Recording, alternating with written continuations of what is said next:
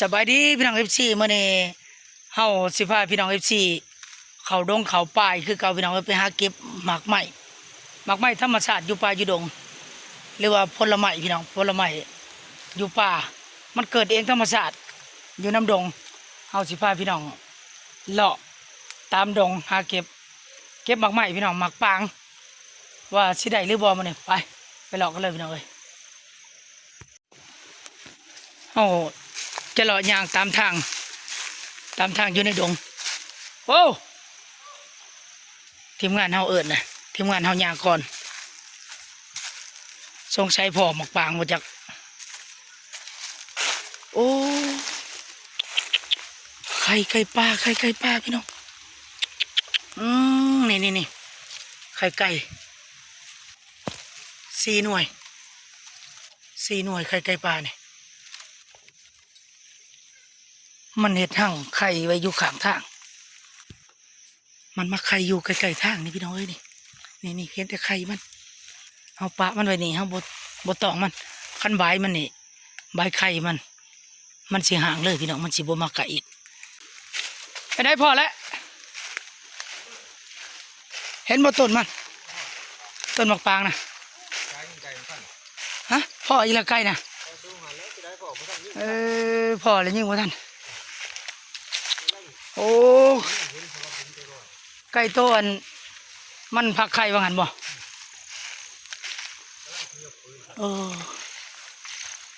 ไปเราต่ออีกหลายบ่หน่วยหนึ่งโอ้ยเจ๊ได้คือเชียวมันได้ใช่โอ้บ่ค่อยเดือเอาบังดู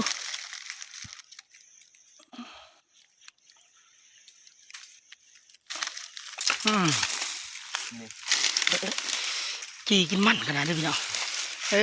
หอยเดือพี่น้องทั้งฟังไทยเอิญหมากยังวะหอยถากบ่โอ้แถวนี้มีปลาเต่าเนาะหลายปลาเต่าหลายพี่น้องแถวนี้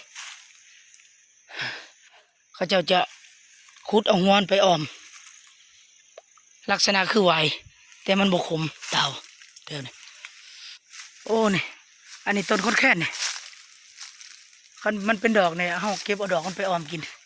แซ่บโอ้โคยตูน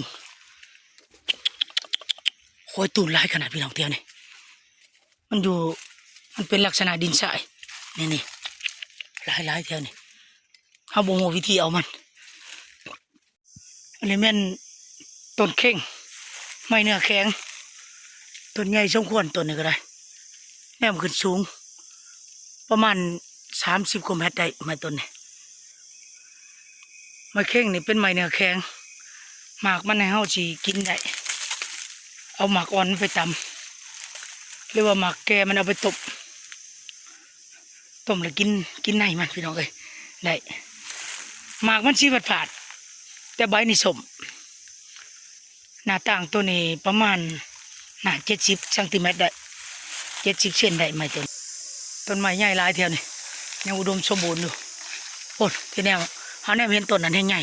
ๆเขาจะเข้าไปเบิ่งไกลๆว่ามันเป็นต้นอีหยังไปเบิ่งพี่น้องเอ้ย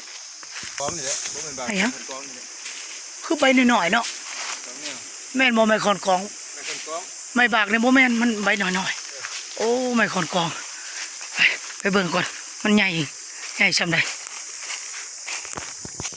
เขามาเบิ่งไกลๆต้นใหญ่ดีพี่น้องตันดีไม้ต้นนี้ทีมงานเขาว่าไม้คอนกอง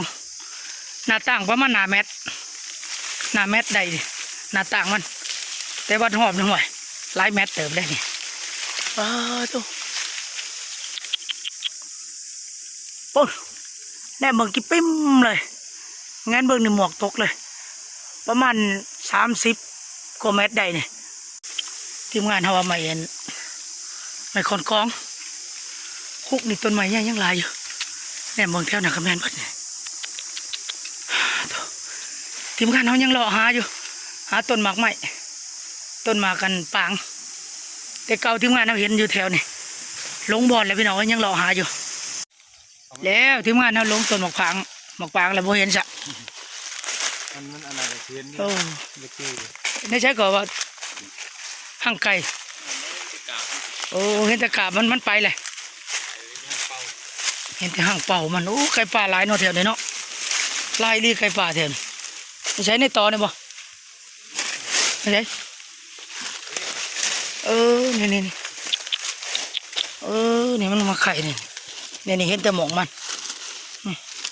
เห็นแต่กาบไข่มันห่างมั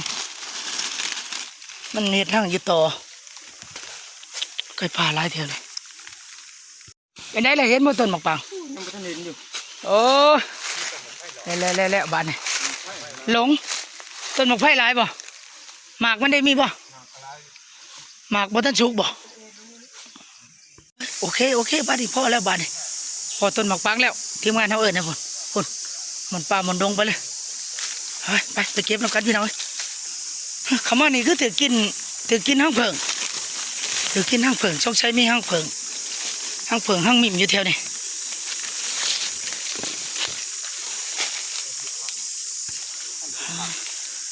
ไปไหนใช้เลยหมากมันหล่นลงเรื่องนี่หมากมันโอ้ชุกแล้วป้าตัวมีแนวกินเนาะนี่ก็หอกบอกกินนี่ก็หอกแล้วหมากเนาะนี่มันกิน ก้นกิน เป็นแต่ไหนคนบ่เลย ก้นตัวนี้กินดีเดี๋ยวนี้เก็ดมันกิน เป็นไรผ่านการกินเบิ่งหนูหวานบ่ หวานเจี๊ยบ ลองมาดู หวานดีเป็น หวานหรือชมหมูจักดอกชีหนาเพิ่นเป็นยังไง หวาน หวานทุกคัก โอ้ใช้ต้นมาเฮ้ยนี่ต้นนี่ หมามันดกเลย ต้นบ่ได้ใหญ่เนาะ ก็ได้ชุก โอ้ย ก็ได้ชุก ต้นมันหมากมันอยู่เทิงพุ่นบ่ทันสุกคักฮักกระเฮิมตัวบ่ทันได้สุกปานใดก็มีสัตว์มากินเลยอันนี้มาเขียวบ่ทันสุกตัวนี้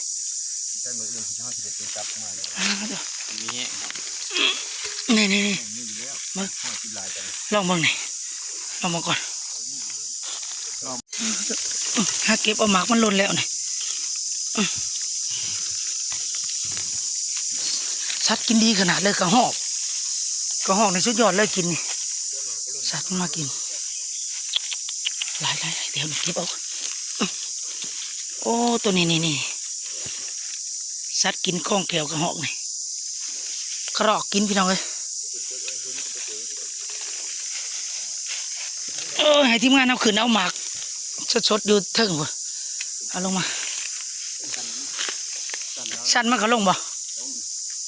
โอ้ทีมงานเอาผ่านนะสิขึ้นเอา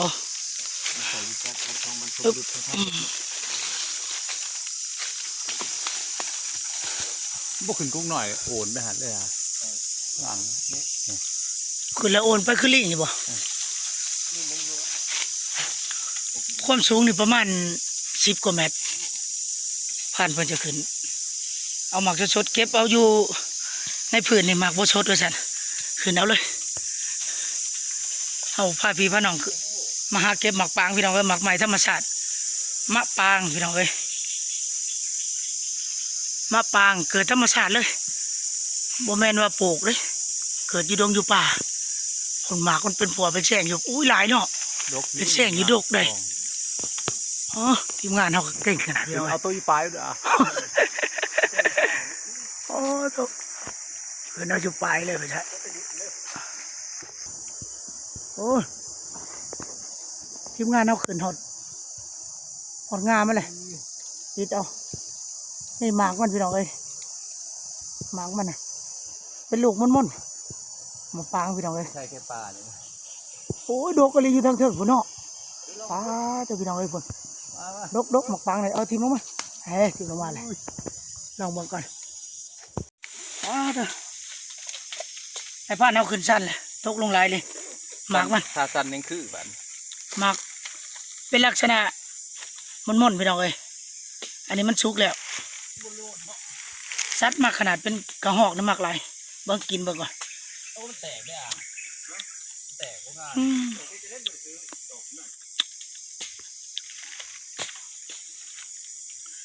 รสชาติเนี่ยคล้ายคือหมักม่วงกับสอมหมักม่วงหน่อยพี่น้องเนี่ยตัวข้าวก็ดีรสชาติที่สมหวานๆ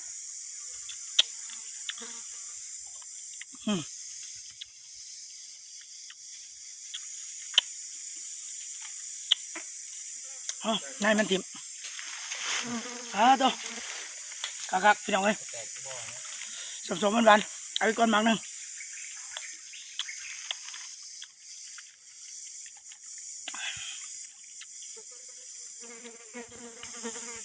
รสชาติสุดยอดเลย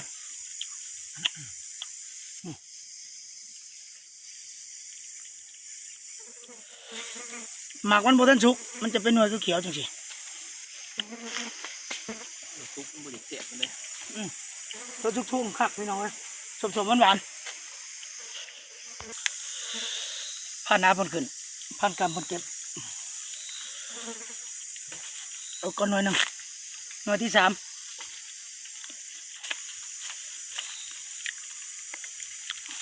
ลายหมดเพื่อนได้เฉพาะซุปก็ คักกะลี่พี่น้องให้รสชาติมัน ลายละหอด แบบที่สมหวานๆ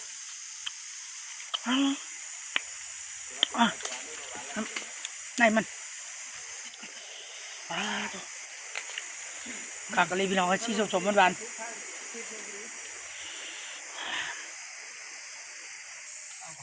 กระหอกมากโอ้เห็นก็กินคือกันบ่เห็นก็มักเนาะมากันเนี่ย บัวจะเห็นคน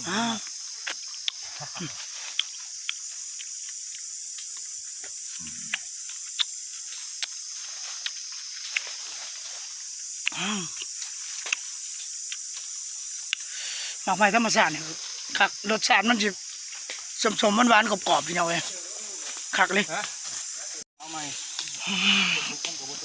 เก็บเอาในบ้านเราอยู่ปลายชุดยอดเลยเอาเก็บเอาเพื่อนชันลง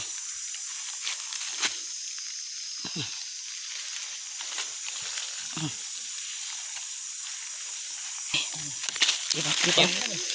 ฮะเห็นแล้วกินนะปลาตัวกัดงาใหม่เห็นเลยกระหอกกัดบ่ได้ดอก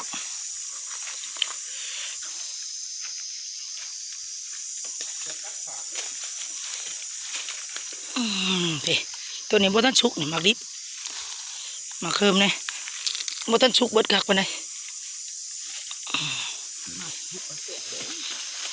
ชุกนี่หวานคักเนาะ ซุปมันถึงสีไอ้กูนี่ได้สุก คักนะบ่ทันชุกปานใดบ่นี่ นะ โอ้ยังชุกบ่ทันคักเฮิมนะฟังเว้านี่อันนี้กำลังเฮิมก็ยังโอเคอยู่เนาะ หวาน หวานอยู่เสียวบ่หลายปานใดดอกพี่น้องเอ้ยเพราะว่ามันบ่ทันสุกคักเฮายังสิมาอีกรอบนึงมาเก็บเอาหมกปางแล้วก็มาพกกระหอกเขากิน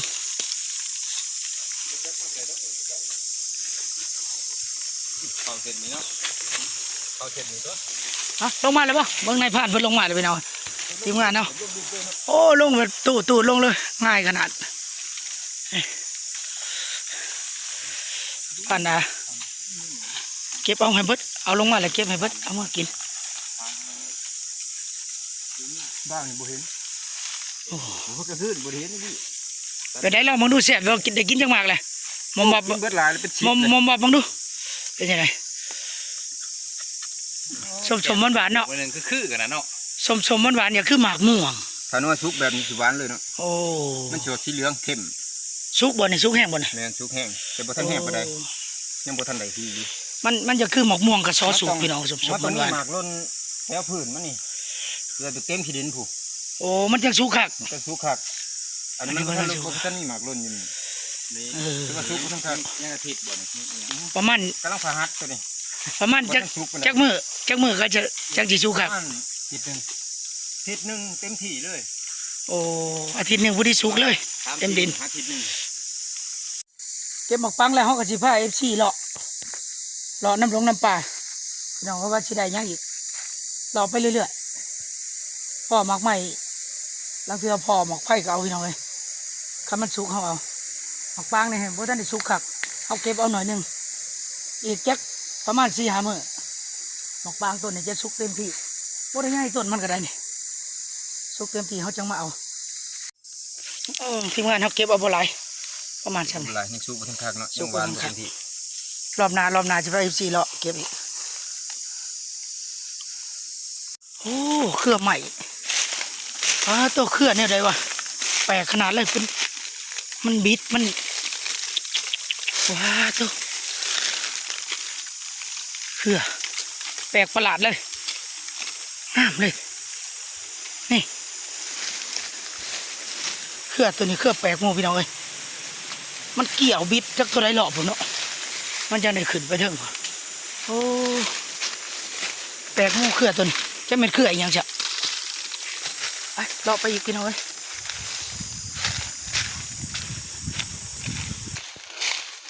ไปเราออก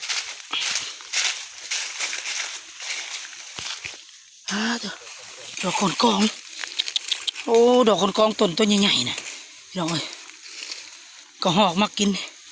ดอกมันดอกคนกองเต็มถีบเลยมีแต่บอลก็หอกกินเดียวนี่เขามาเบิ่งอีกต้นนี่ต้นดอกบาง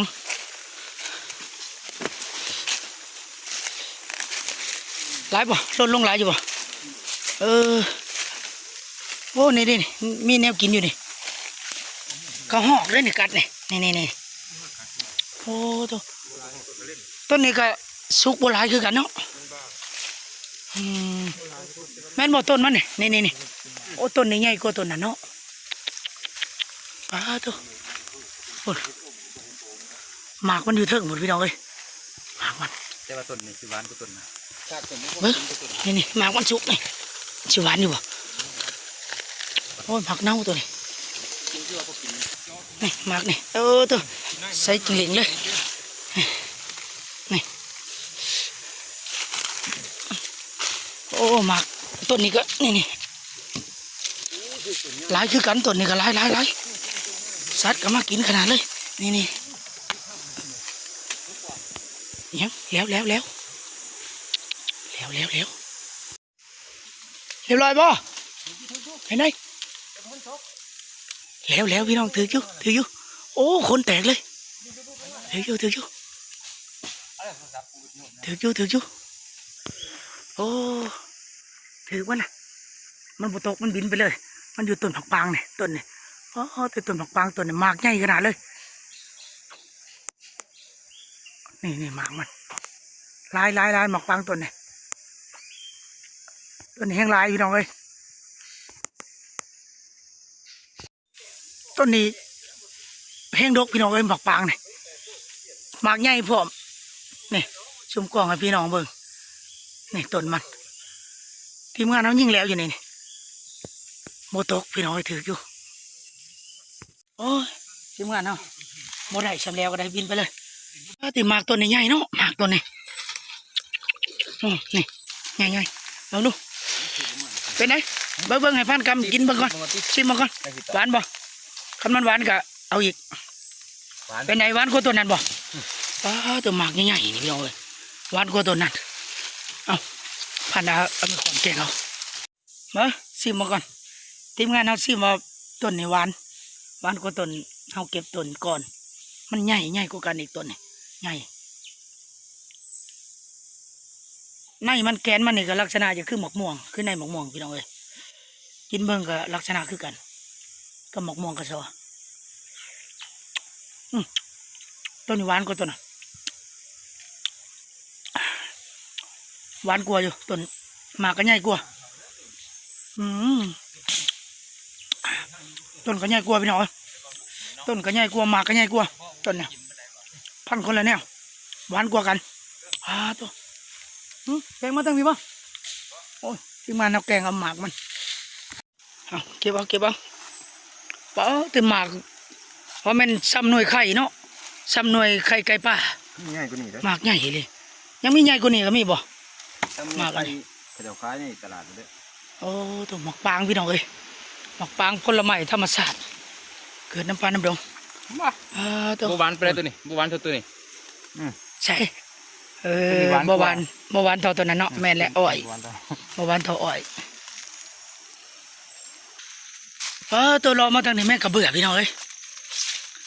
หลายบินชนอยู่แม่งกระเบื่อเรียกว่าพี่น้องเอฟซีทางฝั่งไทยเอิ้นพี่เสือพี่น้องเอ้ยบินชนเลยตัวมาต้นนี้แห้งของแท้เลยพี่น้องเอ้ยแต่มันลดลงนี่เต็มถีบเลยเดียวระดาดเลยโอ้ตัวนี้แห้งใหญ่เนาะที่ซ้ำไข่ไก่เลยเนาะต้นนี้ตัวเป็นได้หวานอยู่บ่หวานพอกินอยู่เก็บเอากันขึ้นได้เลยขึ้นเอาต้นนี้ลายเลยลายหมักปางของแท้เลยเดี๋ยวระดาษอยู่ข้างทางนี่แห้งหวานแห้งกว่าเก่าหวานนี่ใหญ่ก็ใหญ่กว่าเก่าใช้ต้นมันโอ้นี่ต้นมันนี่ ต้นใหญ่ ต้นนี่แห้งดกขนาดพี่น้องเอ้ยพุ่นหมากมันสุกเหลืองถีบเลยสุกมาถีบเลยตัวเขาจะเก็บเอาตัวมันหล่นนี่ก็พอแหละเขาจะบกขึ้นมันสูงหลายตัวนี่หลายดิหมากกันใหญ่ขนาดหมากซ้ำไก่นี่หมากบางพี่น้องเอ้ยหมากไม่ธรรมชาติดกหนาหลายขนาดหวานเขาให้ทีมงานเขาเก็บเอาอยู่ทางกล่องมันหวานตัวนี้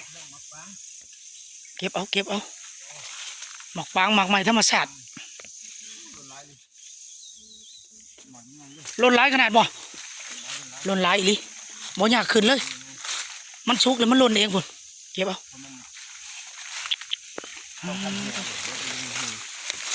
เลย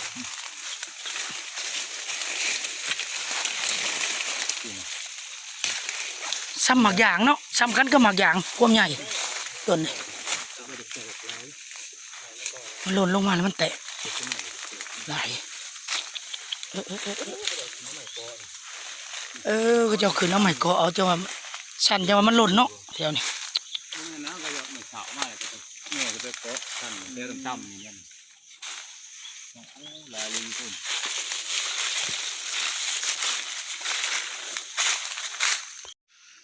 โอ้หมากไม่แต่หมากใหญ่ๆเลยต้นนี่ต้นมันกับต้นใหญ่เขานั่งพิงต้นหมากปางเลยพี่น้องไอ้กินหมากปางนี่ต้นนี้หวานกว่าหมูตามกินมาแต่ละต้นเนี่ยถือว่าต้นนี้หวานทั้งหวานทั้งใหญ่ซ้ำไข่ไก่กินนี่หวานครับ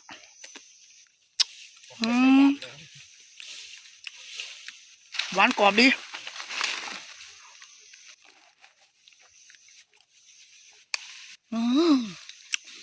ผักเลยชิ้นยอดเลยหวานทั้งหวานทั้งกรอบด้วยนะต้นไหนที่ว่าหวานคักเลยใหญ่กว่าหมูผลไม้เกิดธรรมชาติอยู่ดงอยู่ป่าพี่น้อยนั่งเถิงต้นมะปางกินมะปางเลย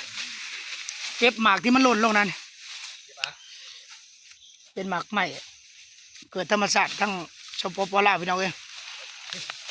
บอกว่าทั้งพี่น้องฟังไทยก็มีคือกันบ่หมากปางที่เกิดขึ้นธรรมชาติอยู่น้ำดงน้ำป่าบ้านเฮาถือว่าบริปลูกหากินอยู่ดงอยู่ป่าทีมงานเฮากำลังขึ้นสั้นเอาไปโอเคพี่น้องหมากปางเฮาก็ได้เขากินแหละเขาสิได้ว่าทีมงานเขากลับบ้านก่อนพี่น้องเอ้ยเอาสำหรับคลิปนี้ก็ฝากช่ำนี้เด้อพี่น้องเด้อคลิปหน้าเจอกัน15 ปีน้องFCรอดงรอปลายคือเก่าพี่น้องเอ้ยหากินหมากใหม่